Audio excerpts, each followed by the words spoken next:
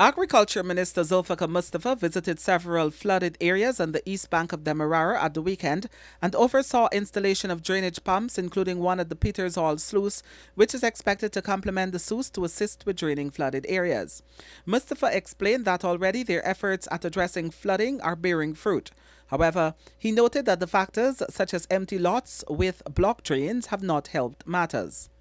What we discovered that there are a number of areas that we have to clear up, but then with the high intensity of rainfall, the water have been accumulated, and then the tide is very short because we are in the nip season now, and only about 3 hours of drainage time we have. I'm hoping by the end of this tide that most of the water can be receded, and we'll have more pumps.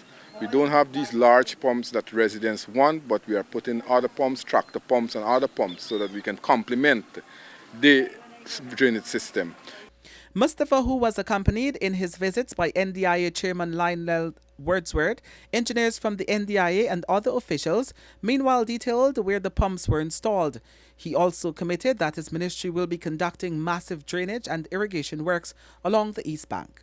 You know for a fact that with climate change now taking its toll, we are seeing, I've chatted with a number of residents in these villages, and they are telling me that this is the first time they are seeing water so high in these areas. So this is real climate change. And you know for a fact, His Excellency the President and the entire government, we are very concerned. We have put a lot of budgetary allocation in the DNI system. We have made a lot of intervention in the DNI system, and because of that, those interventions, we are seeing most of the areas that we have made those interventions, we have either minimized or stopped flooding. The Hydrometeorological Service of the Ministry of Agriculture has forecasted wetter than usual rainfall conditions across all regions of Guyana until January 2023, as the country experiences the secondary rainfall season. The current rainy season is expected to be wetter and longer than normal, according to the Hydrometeorological Service. The usual secondary rainfall season will be augmented by persistent La Nina conditions during the season. Rainfall is expected to increase considerably at least until January. During the rainy season, water levels in conservancies, reservoirs and inland rivers across regions 1 to 8 and 10 are likely to increase, and a high risk of flooding is expected.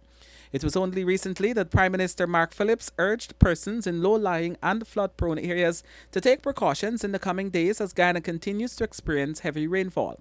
Director General of the Civil Defense Commission, Colonel Retired Nasrul Hussain, has added that the CDC has embarked on a public awareness campaign on its social media platforms and is urging residents to take all necessary precautions.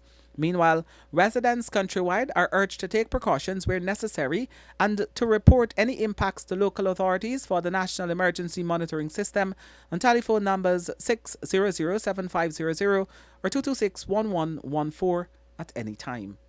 For the newsroom, Kurt Campbell.